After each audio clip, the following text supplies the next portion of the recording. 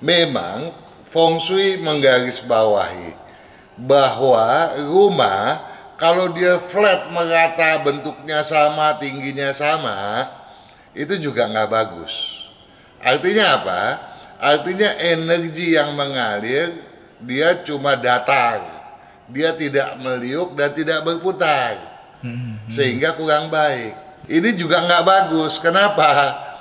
Karena rumahnya Ten Jackson ini ada dikurung oleh rumah-rumah tinggi. Jadi jawaban untuk Devan yang cocok, kita bicara paling cocok adalah dia kalau belajarnya misalnya belajar kuliner, ya itu nomor 1.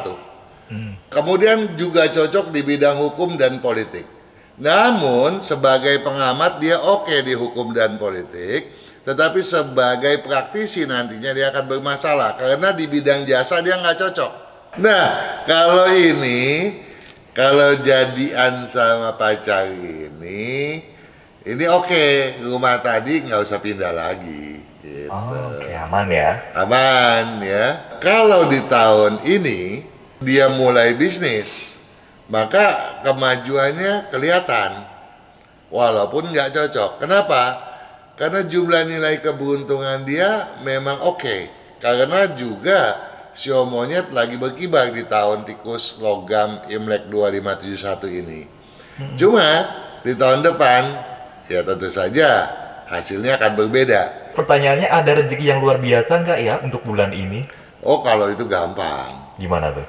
Ya, sio kerbau lagi bagus. Lagi bagus. Di bulan yang lalu agak merosot. Ya. Di bulan yang sekarang ini dia agak meningkat. Tapi lebih bagusnya kalau Widyaningrum menyimak video yang sudah saya upload mengenai ramalan untuk cap gue bulan ke-10 Imlek, ya. Nanti kalau bulan ke-10 Imlek sudah berlalu, lihat yang bulan ke-11, yang bulan ke-12, diikuti apa yang terkandung di dalamnya. Karena setiap bulan mempunyai siasat dan hambatan masing-masing.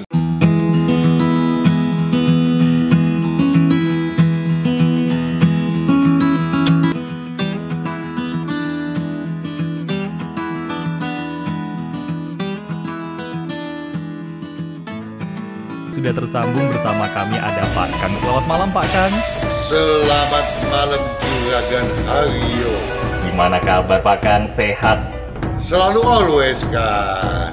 Selalu always itu berarti tandanya udah sehatnya double-double gitu ya.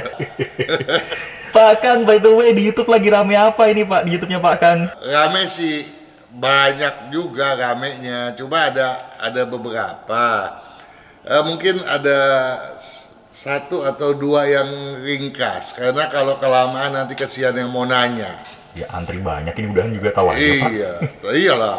Ada Ten Jackson. Gimana Ten tuh? Jackson ini dia mengupload pada video trauma nikah hati sudah dingin. Dia bilang begini nih, Juragan. Halo Pak, katanya. Ingin bertanya, kalau posisi rumah di kanan kiri, depan belakang sudah minimal 3 lantai. Sedangkan saya masih 2 lantai. Apakah akan berpengaruh ke peruntungan?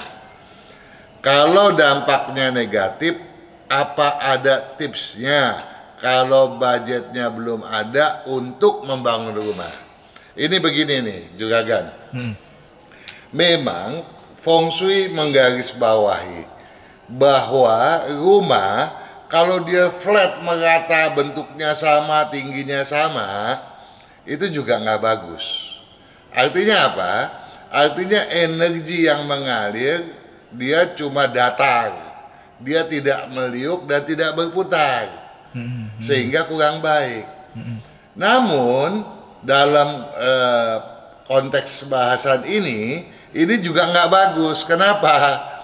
Karena rumahnya Ten Jackson ini ada dikurung oleh rumah-rumah tinggi. Tentunya kalau dia sendirian di tengah, toh tidak bisa memperoleh energi yang positif. Ini bagaikan orang yang bertanya seperti ini Juragan. Kalau rumah saya rumah yang mikul bagaimana? Rumah yang mikul, yang dianggap mikul, misalnya begini Juragan, Aryo. Ada satu blok nih. Kalau satu blok itu terdiri dari 12 rumah, kita nggak bisa cari tengahnya. Tapi kalau dia ganjil, misalnya 9 rumah, tentu dari 4 kiri 4 kanan ada tengahnya satu. Nah ini dianggap mikul dan dia diyakini memang akan memperoleh energi yang jelek. Percaya atau tidak, di mana logikanya, tapi seringkali terjadi hal seperti itu. Begitu juga dengan rumahnya yang ditanya oleh Ten Jackson ini. Nah sekarang bagaimana menanggulanginya kalau belum punya rumah? Belum punya dana untuk membangun lantai ketiga. Ya ini paling nggak kita bikin siasat. Caranya bagaimana? Ya kita harus lihat lingkungannya. Seperti apa sih tinggi rendahnya? Kita untuk menentukan bagian mana yang kita tinggikan. Kalau kita punya dana tapi terbatas, tapi dananya tersedia, kita bangun aja dulu bagian belakang. Dengan meninggikan bagian belakang itu udah cukup. Nanti kalau udah membaik, toh kita bisa langsung membangun bagian depannya. Jadi sama-sama 3 lantai toh. Tapi kalau dana itu pun memang nggak ada, ya kita bikin dulu aja. Kita pasang tiang antena yang tinggi di belakang atau di depan. Nah, ini kita mesti lihat bagian mana itu tergantung lingkungan. Atau kalau nggak tiang antena, kita tancepin aja tuh tiang sangkar burung yang tinggi begitu. Nah, itu bisa begitu. Ya, jadi itu di antaranya yang paling gampang, yang biayanya paling murah.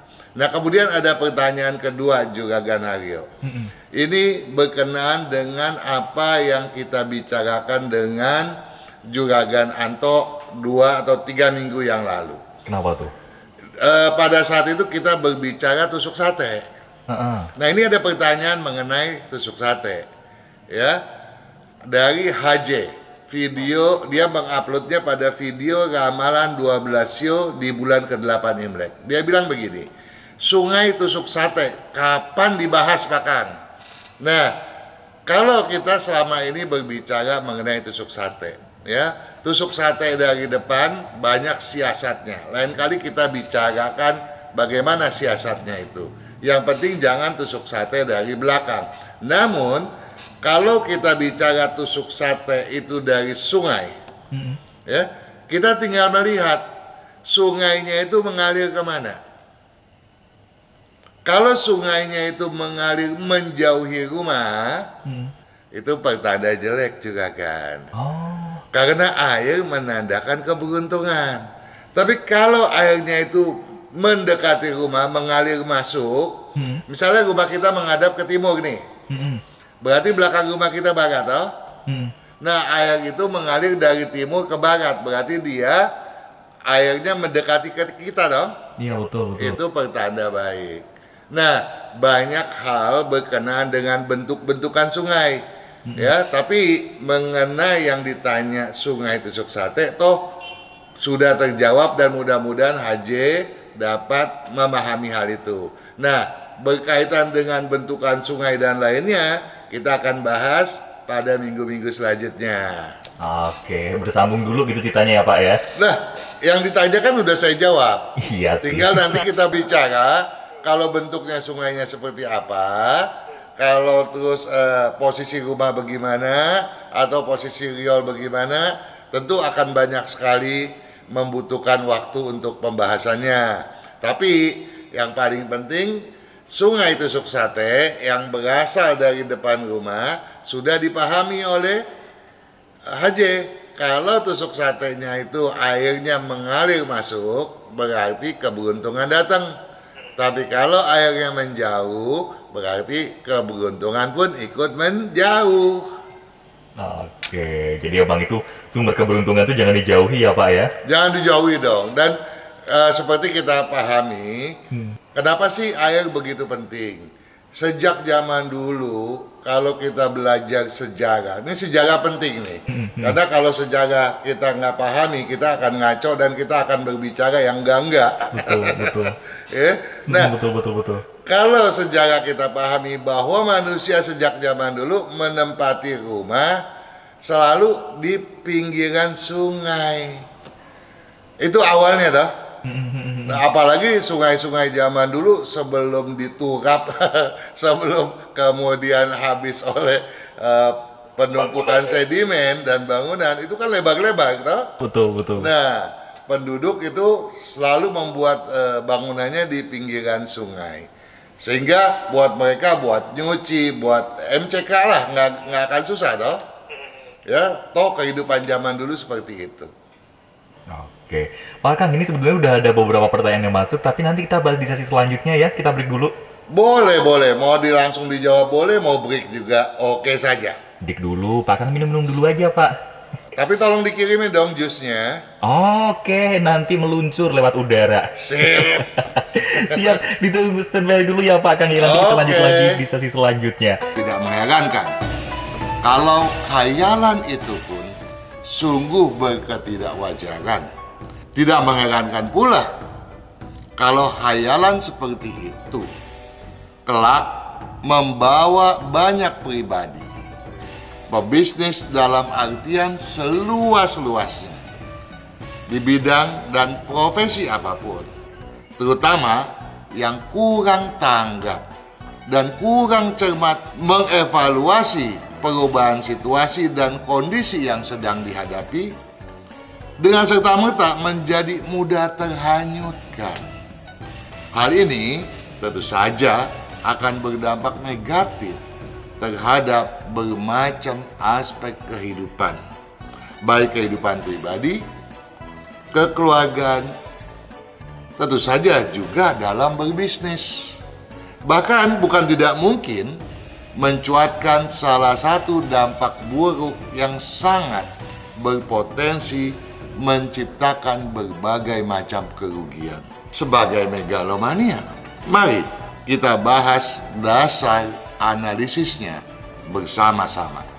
Selepas masa Kaugoi, peranan unsur tanah yang sempat mencuat di antaranya dalam bentuk sikap dan perilaku berkedisiplinan, berkecermatan, dan bertanggung jawab, hingga mudah disikapi secara membumi.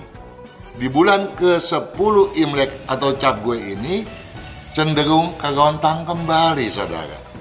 Terkecuali kalau sikap membumi untuk berbagai aspek tadi, misalnya disiplin, cermat, dan bertanggung jawab, terus dikesinambungkan dengan baik dan benar, sebagaimana telah disarankan pada video-video terdahulu.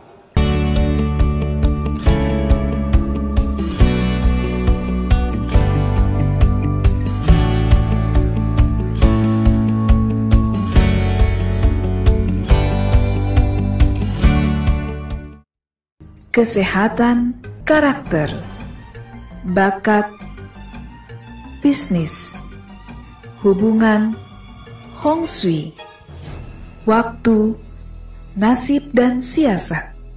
Kesempurnaan dari kedelapan aspek inilah yang dipelajari oleh metode Yin Yang 5 unsur, agar perjalanan hidup manusia dapat berhasil dengan tetap berjalan serasi, selaras, dan seimbang dengan alam semesta.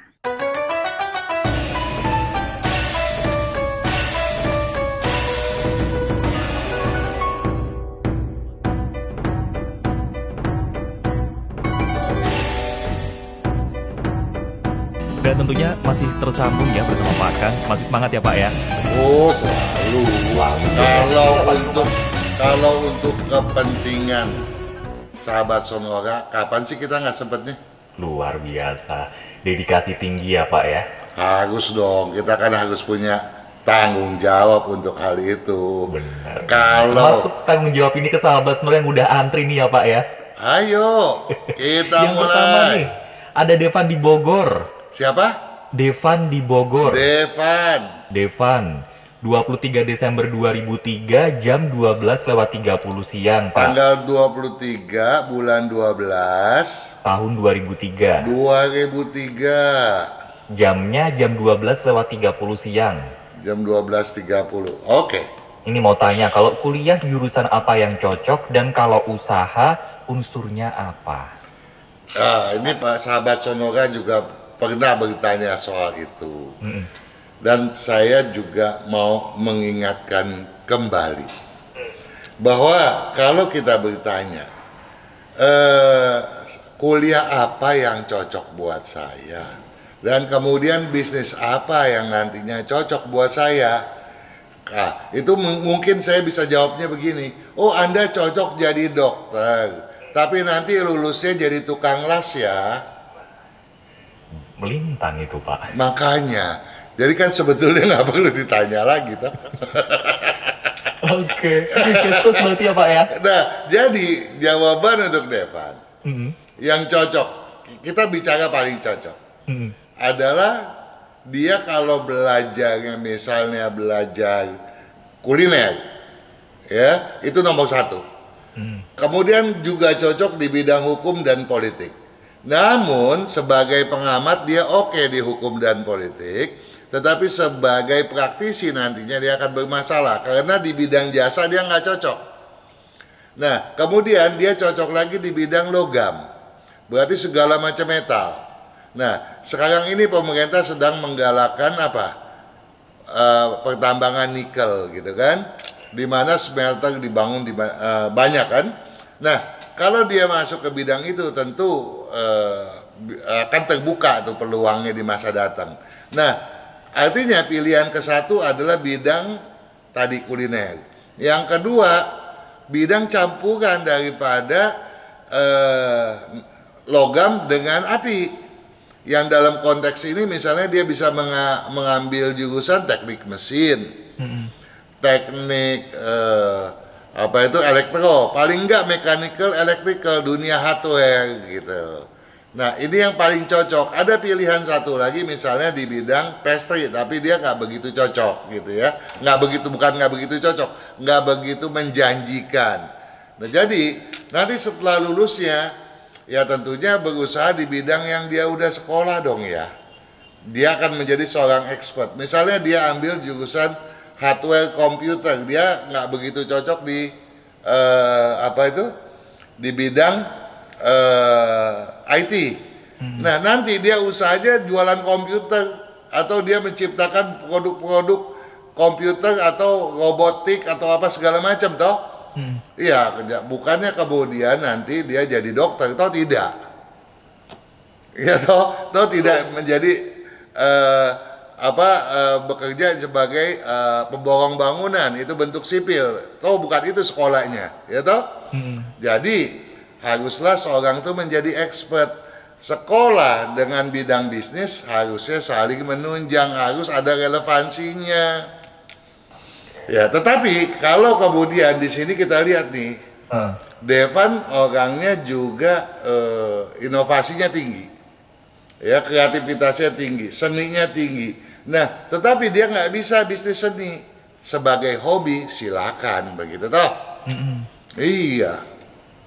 Oke, mudah-mudahan ini cukup mencerahkan Devan lah ya. Bukan hanya Devan, mudah-mudahan sahabat Sonora yang lain juga paham mengenai hal ini. Jangan sampai nanti sekolah dengan bidang bisnisnya berbeda. Toh akhirnya sekolahnya jadi sia-sia toh. Iya sih. Orang tua udah biayai, akhirnya jadi cuma-cuma. Jadi yang namanya menentukan pekerjaan pun juga harus penuh pertimbangan yang matang ya Pak ya. Betul dong. Dan tentu saja kalau menurut pandangan daripada Yin Yang 5 unsur, Devan mestinya senang sekali untuk misalnya di bidang otomotif atau di bidang pemesinan tadi gitu. Nah kalau di bangunan misalnya dia ambil ke bagian mechanical electricalnya begitu. Ya, jadi itulah yang diharapkan ya untuk Devan ambil jurusannya, jangan sampai keliru. Dan satu hal, Devan ini juga tesnya terhadap makanan, maka saya bilang ke kuliner itu luar biasa tajam dia. Iya, jadi kapan-kapan Devan mesti ajak kita pergi makan, cari makanan enak. Cocok gitu Pak. Betul sekali. Lanjut ya Pak selanjutnya ya. Oke. Ada Ayung, pakai G belakangnya, Ayung. Ayung. Ayung tanggal lahir 23 November 1981. 23 November 1981. Oke. Jam 3:30. Pagi? Sepertinya pagi sih. Kayaknya pagi nih, Kalau- jam 3:30 sih ya. Ya, kalau dia itu petang, tentu keliru ini. 15:30 harusnya ya. Iya. Tapi Tapi kadang-kadang berarti orang ya bagaimana nanti monggo Pak Kang bagaimana. Iya. Kemudian Istrianti tanggal lahirnya Siapa nih 21 Istrianti November. ini? Ini masih satu ini sih Pak, Istrianti. apa istrinya namanya Yanti? Oh, Istri bisa jadi Yanti, istri koma Yanti. Bukan dan koma deh nih Pak. Siapa? Istrinya Yanti tanggal lahir 21 November 21 November. 1984. Ini enak banget nih kalau ulang tahun bisa barengan. Sekalian gitu. Iya beda berapa hari doang, 2 hari. Iya. Tahunnya 1984. Iya, jamnya Jam 7 pagi. jam 7 pagi. Nah, ini rumah menghadap mana yang bagus? Rumah yang bagus tentu menghadap barat atau menghadap ke selatan. Kenapa, Pak? Karena itu dari komposisi elemennya yang mengindikasikan bahwa misalnya si Ayung ini adatnya keras gitu ya, tapi disiplinnya kurang. Ya, jadi ada hitungannya. Nah, jadi kalau kita bicara ke situ, maka saya mau nyambung sedikit. Kalau kita lihat tadi ada dua insan ini, itu kecocokannya oke, jodohnya ya. Tetapi cara berpikir mereka berbeda. Nah, perbedaan ini sebaiknya jangan sampai menjadi pangkal keributan misalnya, tapi menjadi awal untuk satu sinergitas untuk saling menutupi kekurangan masing-masing ya. Dimana misalnya Ayung harus paham bahwa istrinya gampang tersinggung, sensitif gitu ya, murah hati. Tapi Yanti juga harus paham bahwa Ayung itu keras kepala. Oke. Jadi saling memahami itu kunci awal banget ya? Iya dong ya. Kalau pemahaman seperti itu nggak ada, untuk cari duit juga susah kali ya. Keberuntungan jauh deh kalau rumah tangga ribut melulu. Oke. Ini bisa buat catatan semuanya juga nih. Ada lagi yang ditanya sama dia? Pekerjaan sih, Pak. Pekerjaan. Pekerjaannya sebentar tadi saya bukakan sekalian. Pekerjaannya di perbengkelan, apakah udah cocok ini? Di perbengkelan, maksudnya bengkel apa nih? Mungkin di ini kali ya, kantornya yang menjadi tempat kerjanya itu di bengkel sih, putar bengkel berarti. Soalnya kalau dia bilang saya kerjanya di bengkel, saya bilang nih di bengkel nggak gitu cocok gitu ya. Pendapatan bisa tertaker gitu. Tapi kemudian dia bilang, oh saya di bengkel batik loh. Bengkel batik cocok. Beda lagi itu. Ya, nah kalau dia di bengkel dalam arti kata konstruksi atau bengkel mobil, tentu nggak cocok. Tapi dia cocok untuk misalnya jadi pedagang di bidang spare part mobil, itu oke. Nah kalau spare part mobil, ini kedua-duanya bisa nih, bisa saling bantu antara Ayung dengan Yanti gitu, ya. Tetapi kalau kemudian Ayung memilih bidang tanah atau bidang kayu, ya, maka istri harus berbeda tugas karena berbeda pekerjaan karena bininya lebih cocok di bidang berunsur air, baru kemudian yang berunsur logam.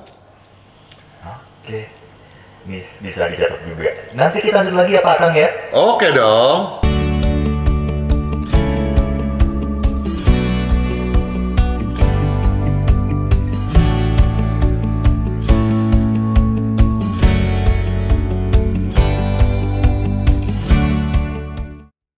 Kesehatan karakter, bakat, bisnis, hubungan, Hong Shui, waktu, nasib dan siasat.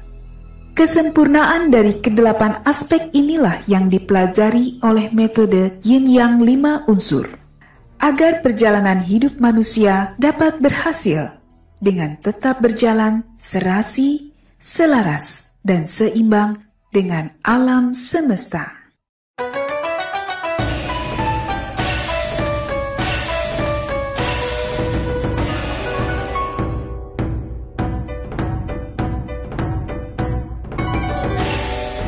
Terima kasih untuk Anda yang masih bergabung bersama kami dan juga tentunya masih tersambung dengan Pak Kang ya Pak.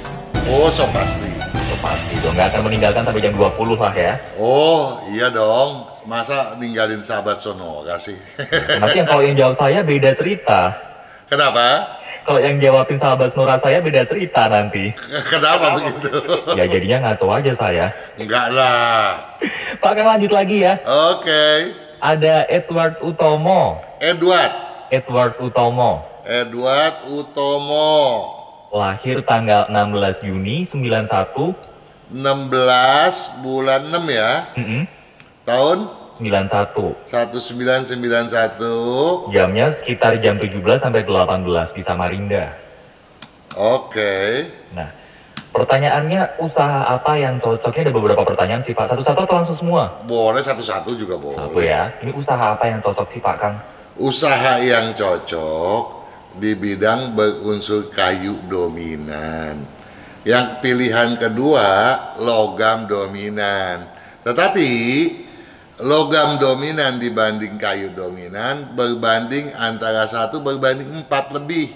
Jadi saya berharap Edward mengusahakan bidang berunsur kayu sebagai prioritas. Ini bidang kayu itu ya Pak ya? Banyak loh bidang kayu, ya tinggal lihat di buku ya, di sana ada daftarnya. Kalau disebutin nanti cuma buat Edward Utomo doang waktunya. Pokoknya berbahan dasar kayu nih ya Pak ya? Iya, kayu itu kan banyak turunannya ya. Iya. Oke. Kalau warna pakaian yang cocok apa Pak? Nah, saya minta tolong nomor 1, Edward jangan sering lagi pakai baju warna putih. Ya, tapi lebih banyak pakai baju warna hijau. Nah, Kalau boleh tahu kenapa itu Pak? kenapa? Ya, itu saya mau bilang kenapa. Lanjut. Karena Edward ini milih-milih dalam bergaul. Milih-milih sih oke. Tapi kalau kita orientasinya adalah berbisnis, kita kan mesti mengembangkan pergaulan kita seluas mungkin dong ya. Iya. Nah, untuk itu baju hijau sebaiknya dipakai untuk membangkitkan aspek kepemimpinan, juga mengaktifkan prinsip yang kuat dalam berbisnis. Sehingga Edward tidak tersesat. Kenapa tersesat? Karena Edward itu orang yang perasaannya agak kering ya. Gimana tuh Pak perasaan kering Pak? Kering ini dalam arti buat dia mungkin oke. Jadi kalau kita mau maki-maki Edward, dia bilang sepanjang gua nggak rugi, sebodoh teing kalau orang Sunda bilang mah. Ya. Jadi dia akan memperlakukan orang sama. Nah, apalagi dia itu, Edward itu kalau sudah datang marahnya, setan ikut kabur. Bayangkan coba. Oke. Dampak yang balik itu berarti ya Pak ya, takutnya ya? Iya, jadi tolonglah belajar untuk meredam emosi, ya, meredam keras kepala. Dan satu hal juga, walaupun dia keras kepala, dia dalam benaknya banyak tersimpan kekhawatiran. Itulah sebabnya pula saya berharap dia sering memakai baju warna hijau, dan supaya benaknya stabil, dia kalau tidur sebaiknya menggelapkan ruangan segelap mungkin. Kenapa? Karena dia tidur itu seringkali nggak tidur. Gimana Pak tidur nggak tidur Pak? Nah, suka denger nggak kalau orang lagi suka lihat nggak orang bangun tidur dia bilang, temen nih misalnya ya, Haryo, tadi lu ngomongin gua apa? Katanya. Ngigo kali, bukan ya? Hah? Ngigo, bukan? Enggak, dia itu masih awas, masih bisa ngedengar. Ya karena tidurnya nggak nyenyak, banyak pikiran. Sehingga walaupun dia ngorok nih, dia bilang apa? Gua kurang tidur, lu belum tidur katanya. Padahal dia tidurnya udah enaknya bukan main, kita lihatnya, tau nggak? Ternyata tidur ayam doang ya? Nah, kalau tidur ayam, iya begitu juga kali ya. Saya nggak pernah liatin ayam tidur. Ya merem kayaknya juga Pak. Lanjut ya ke selanjutnya ya. Oke. Ada Lina. 11 Januari 95. Lina ini tanggal 11 bulan 1 tahun 95. tahun 95, jamnya 21:30. 21.30. Mau tanya arah rumah Pak yang pertama.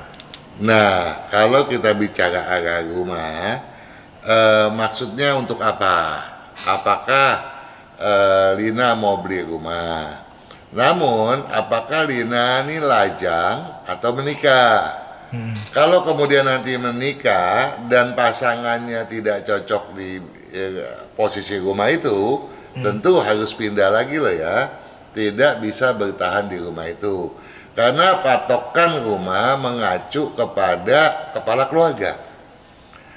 Tapi beda hasilnya apabila Lina bertanya, saya mau membeli rumah buat bisnis gitu ya. Nah, tempat bisnis sepanjang nanti dia bersuami, suaminya nggak ikut campur dengan bisnisnya, maka feng shui dari tempat bisnis tersebut tetap berpedoman pada komposisi kelahiran Lina gitu. Nah, tapi kalau sudah mengerti itu baru saya kasih tahu yang cocok ke barat atau ke barat laut atau ke selatan. Antara dua itu berarti ya? Betul, itu yang terbaik. Oke. Nah, kalau kecocokannya sama pacarnya nih, Nah, pacarnya tanggal lahirnya 12 Mei 90. pasangannya ini namanya siapa? Ada Nggak nggak? ada namanya. Oke lah, saya ambil garis besarnya tanggal 12 Mei 90. 12 Mei 90. Jam lahirnya 9:59 pagi.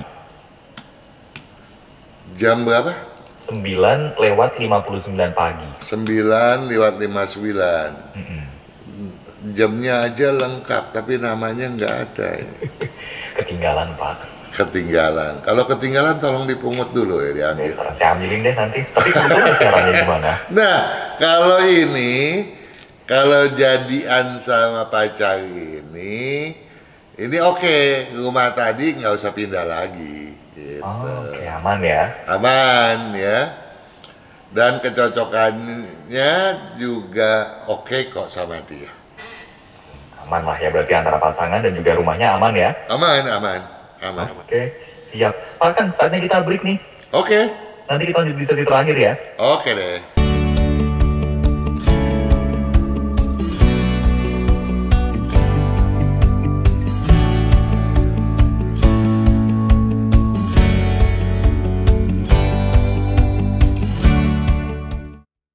Kesehatan karakter, bakat, bisnis, hubungan, hong shui, waktu, nasib, dan siasat. Kesempurnaan dari kedelapan aspek inilah yang dipelajari oleh metode Yin Yang 5 unsur. Agar perjalanan hidup manusia dapat berhasil, dengan tetap berjalan serasi, selaras, dan seimbang dengan alam semesta.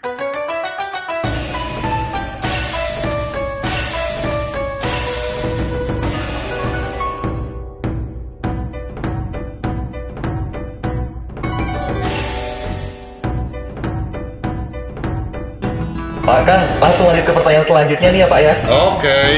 Ada Edi di Pontianak. Namun cuma Edi. Edi doang sini Pak. Double D. Edi, D-nya 1, belakangnya pakai Y. Oke. Edi di Pontianak, tanggal lahirnya 4 Februari 1981. 4 bulan 2 tahun 81. Jam 11 siang. 11 siang. Unsur saya apa ini Pak? Iya. Unsurnya Pak Edi. Pertanyaan yang pertama itu ya. Iya. Kemudian yang kedua, usaha saat ini di bidang pulsa. Apa ada usaha lain yang cocok ini? Misalnya kayak usaha sembako mungkin cocok atau enggak?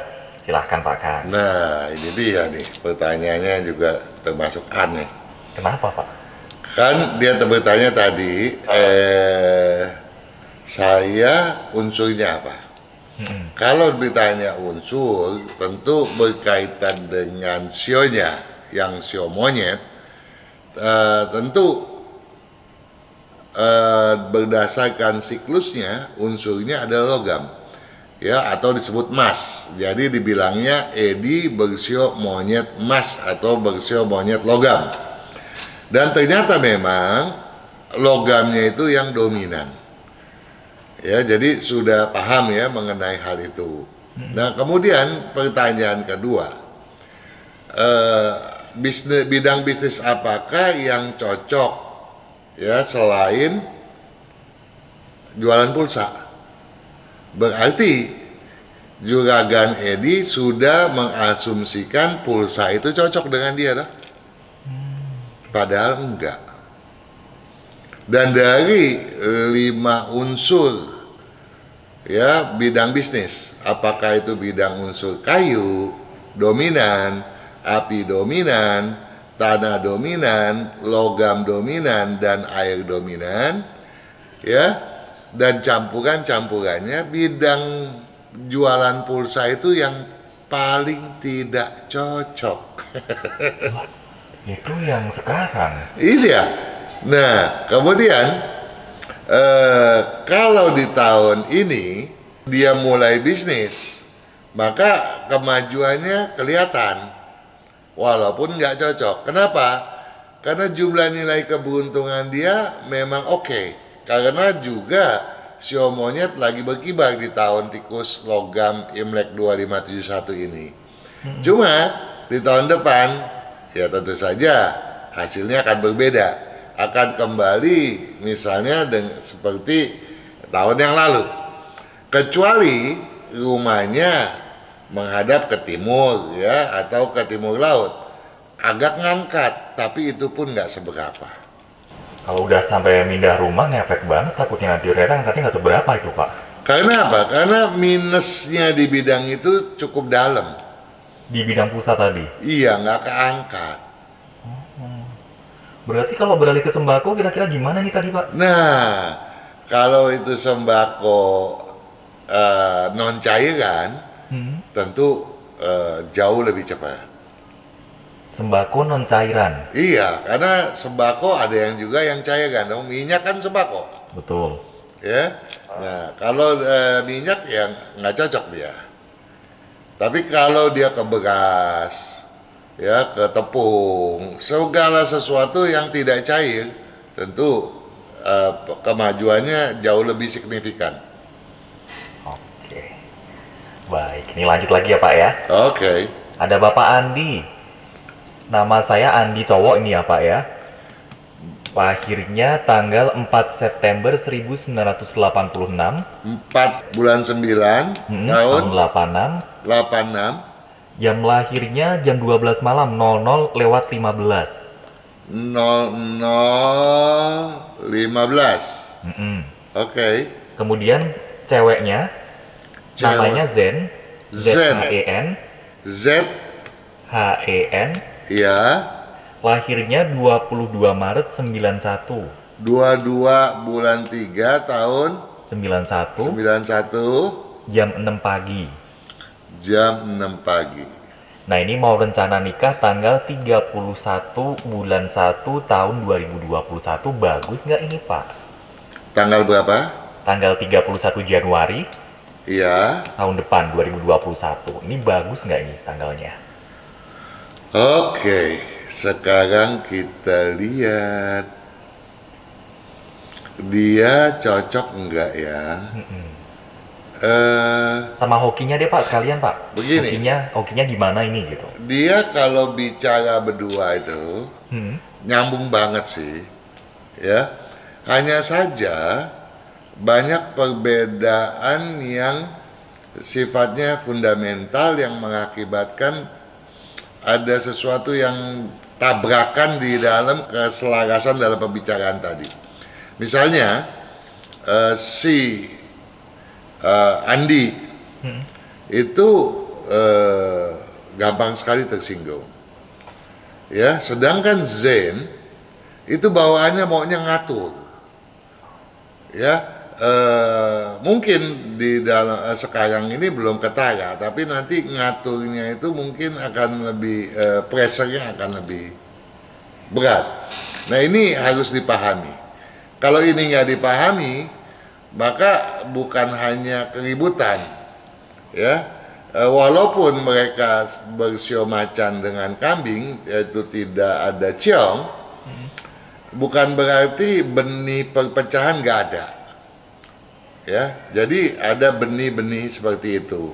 Nah, benih itu baru bisa menghilang kalau apa yang tadi telah saya sampaikan disadari benar, ya, dimana Andi harus berusaha menghilangkan sensitivitas yang berlebihan, sedangkan Zen jangan terlalu intervensi dalam mengatur Andi, gitu ya.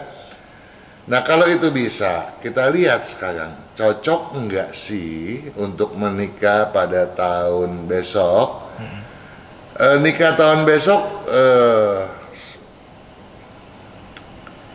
ya termasuk yang oke ya, walaupun enggak menunjang amat. Kemudian pada dia, dia bukan tahun besok, masih tahun ini loh. Ya, masih oke, masih tapi enggak menunjang. Nah, kemudian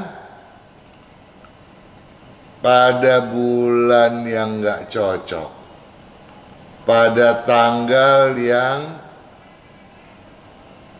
lumayan, jadi bulannya nggak cocok. Jadinya kesimpulannya berarti gimana? Nggak cocok? Dia harusnya menikah di bulan ke-10, ke bulan ke-10 ini udah nggak cocok juga. Dia harusnya di bulan ke-11.